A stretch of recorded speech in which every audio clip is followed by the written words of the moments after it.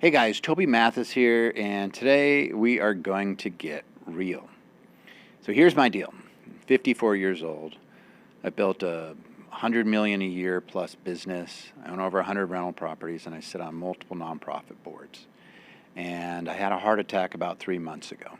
Yep, it was a shock to me, my wife, my friends, my family.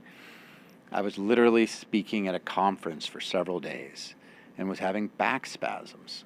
I won't bore you with all the details, but I flew home for that event. I was speaking in Dallas, and I live in Las Vegas, and I flew home and saw my doctor the next morning, and he prescribed me muscle relaxants. Eventually, I was pretty much incapacitated, and I finally went to the ER at the urging of my wife and one of my cats. And I walk into the ER about midnight on a Monday night, and I'm pretty embarrassed because I'm pretty sure this thing is like muscles, or maybe it's a panic attack or something minor. And the check-in nurse, she puts the EKG things on me, and a couple minutes later, this nice ER nurse comes out and says quietly, "Hey, not to stress you out, but you're about to have 20 people descend on you. Don't get too freaked out, but you're having a massive heart attack." And again, I'm not going to bore you with the details, but I learned quite a bit from this experience that I wish I had known before, so I want to share it with you. And please share this with anybody you know who needs to hear it. You know who those people are. I'll share, let's do this. I'll start with a couple of misconceptions I had, what I had done right, what I'd missed, and then we'll talk about health, wealth, and more importantly, your legacy. Because once you've been close to losing it all, you think a little bit differently. And let's start with what I had done right. Number one, I worked out several times a week with a trainer, and I saw my doctor every 3 months. I had a private doctor. I'm not diabetic. I don't have high cholesterol. In fact, my cholesterol was just 80, just to give you an idea, this last test. I don't smoke. I barely drink, and I'm married to a fitness nut. But it didn't matter.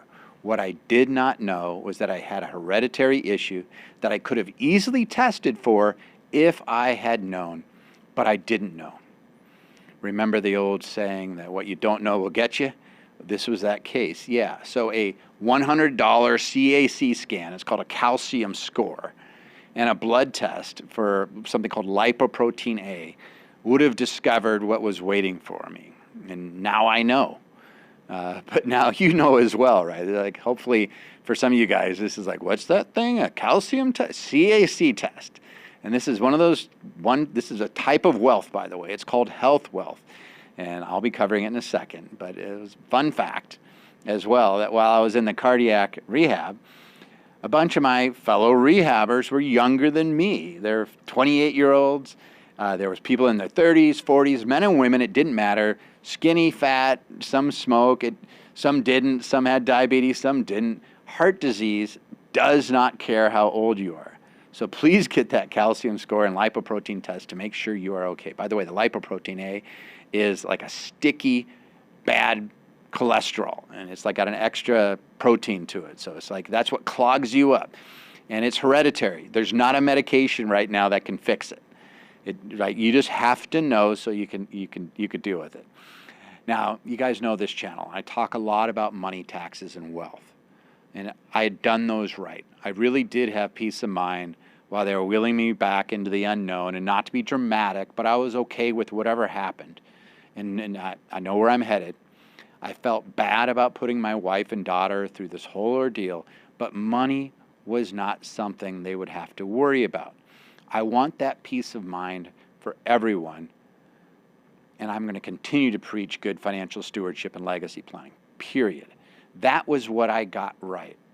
I'm not worried about money. When I was going through rehab, I didn't have to worry about working. I was able to focus on my health when it mattered.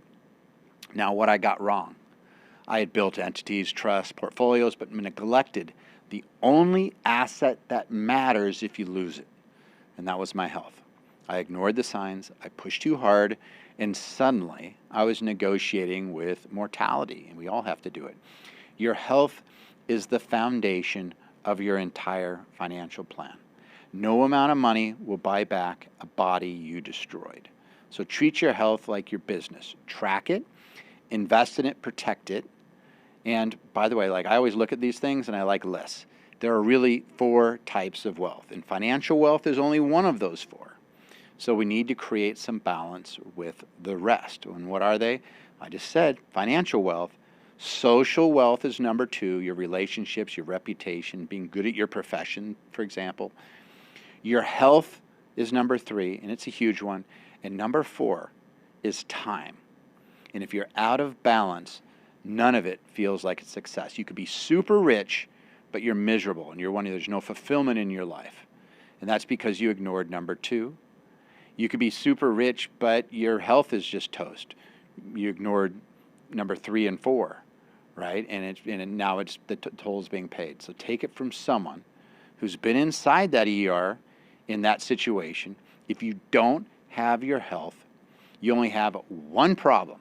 The only thing I was worried about was, oh crap, I gotta, what am I gonna do? My heart's doing bad things.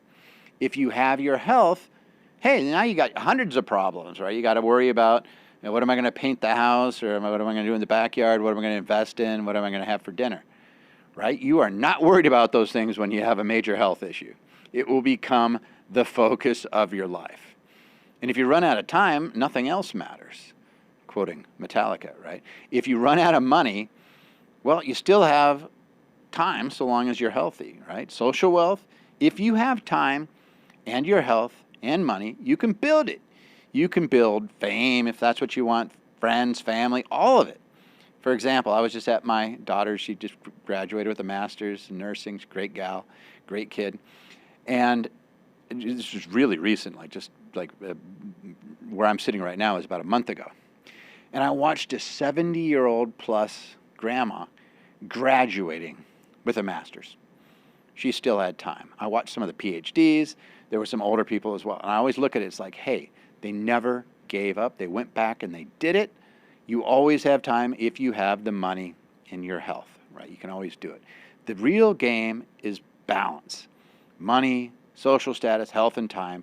Do not sacrifice those last 2 for the first 2. And that's what we so often do. We focus like a laser beam on money. Money, money, money, money, money, money. And we do it at the expense of the other 3. You gotta have a balance. And what is that balance? You gotta start early. Money is important. And I'll just say this. Money is very important. It won't lie to you, but it's a tool. It's not the goal. And this is important for the younger folks out there. Stop trying to look rich and start trying to be free. Find that balance.